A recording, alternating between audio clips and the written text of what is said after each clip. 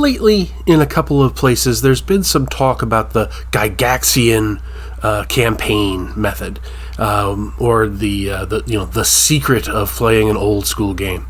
And I thought I'd explore that a little bit, using the World of Greyhawk as an example. Obviously, that's where it started, but I was kind of thinking, what other places besides the city of Greyhawk would it be particularly good to run that kind of campaign? And that's what I want to talk about today on Greyhawk Grognard.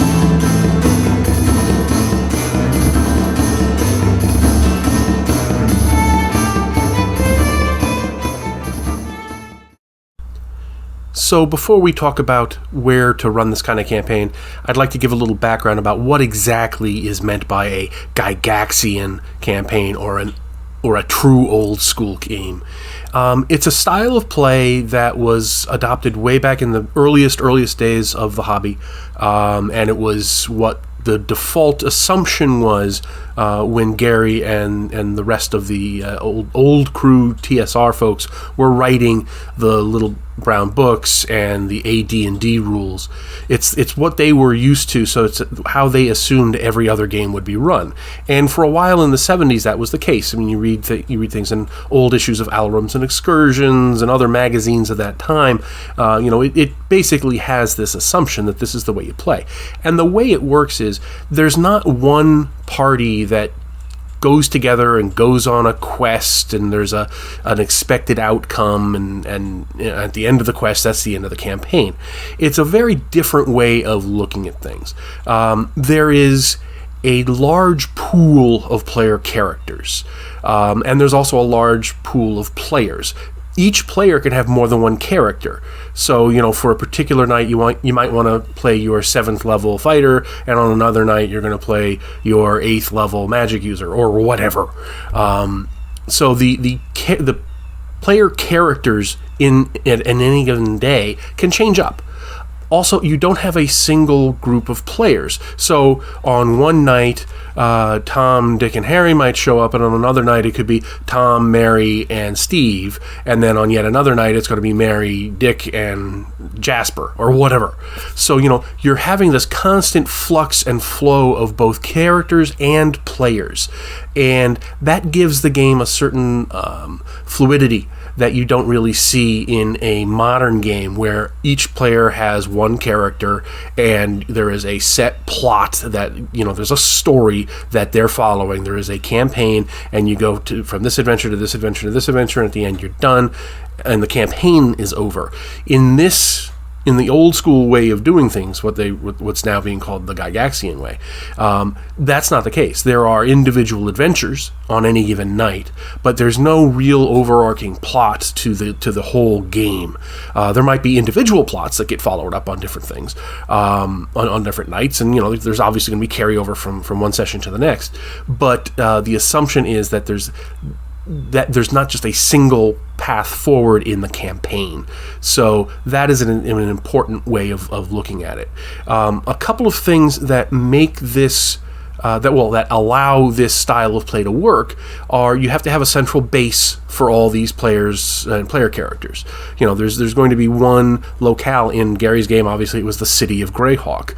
Although it's not the only place that you can be, players would go off on different journeys and quests and things. As they got higher up in level, they would build strongholds outside of the city, some of them hundreds and hundreds of miles away. So you're not locked into you have to be in this place. But having that one central hub makes it much easier for characters to swap in and out on any given session.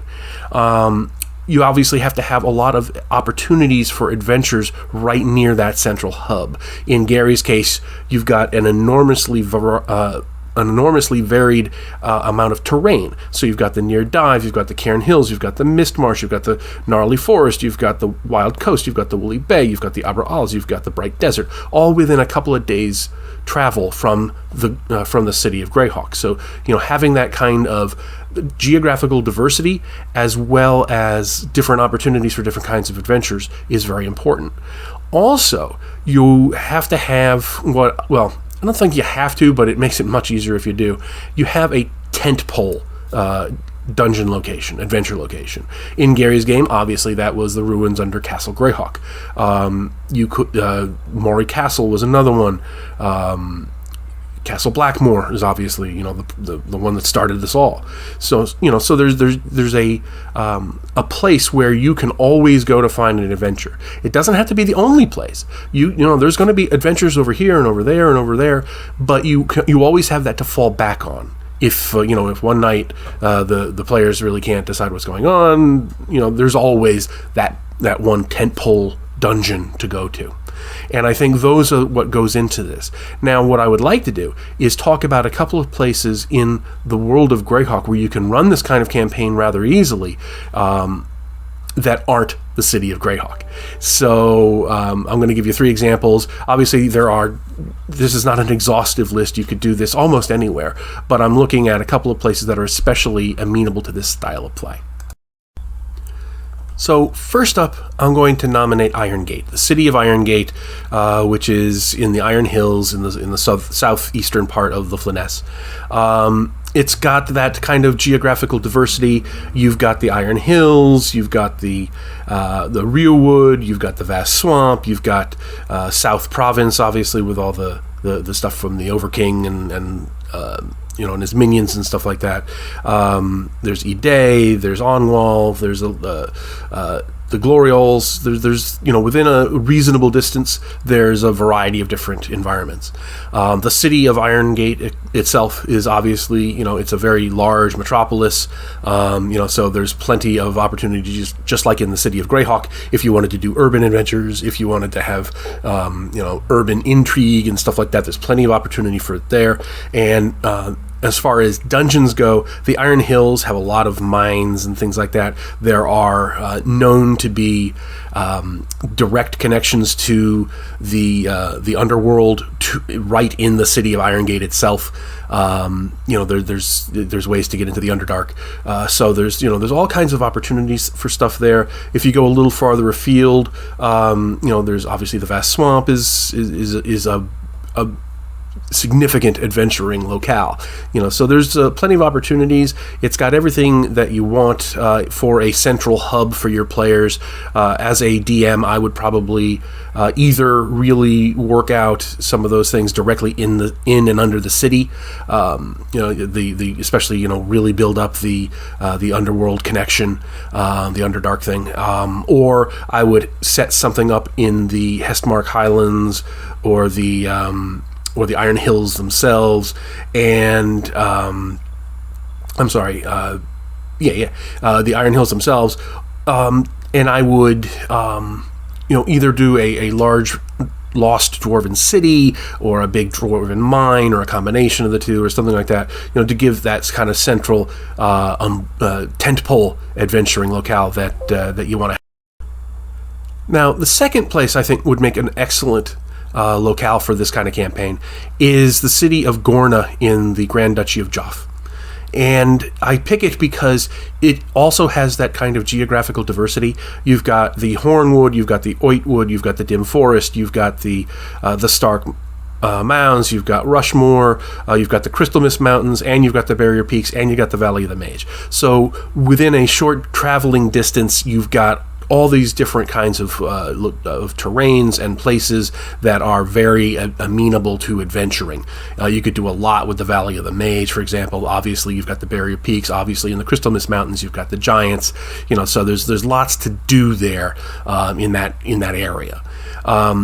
In terms of the town, Gorna isn't the biggest town in the Flyness, but it's going to have enough. It's going to have enough resources to be able to act as the central hub for a large coterie of player characters. And in terms of a tentpole dungeon, you could. There's really nothing there now, but any DM could make something good in the Stark Mounds or in the Crystal Mist Mountains. There's all kind. You could have a big cave complex. You could have a lost city in the mountains. You could, there's all kinds of things. You'd have to make it up. It would be an invention, but there's plenty of places to put something like that are very close to the city that I think could act as that tentpole. So that's my number 2 suggestion is the town of Gorna in the Grand Duchy. Now, my third recommendation is going to be a little off point, I think, and that is the town of Riftcrag, which is in the Rift Canyon in the Bandit Kingdoms. And I choose this. It doesn't really have the sort of geographical diversity that I think is best, but it makes up for that in having direct access to the Rift Canyon. But within easy distance, you've got the Tangles, you've got the Frostwood, you've obviously got the Rift Canyon itself, and the blasted area around it. A little further afield, you've got the Felry Forest, you've got the Troll Fens. So there are places to go.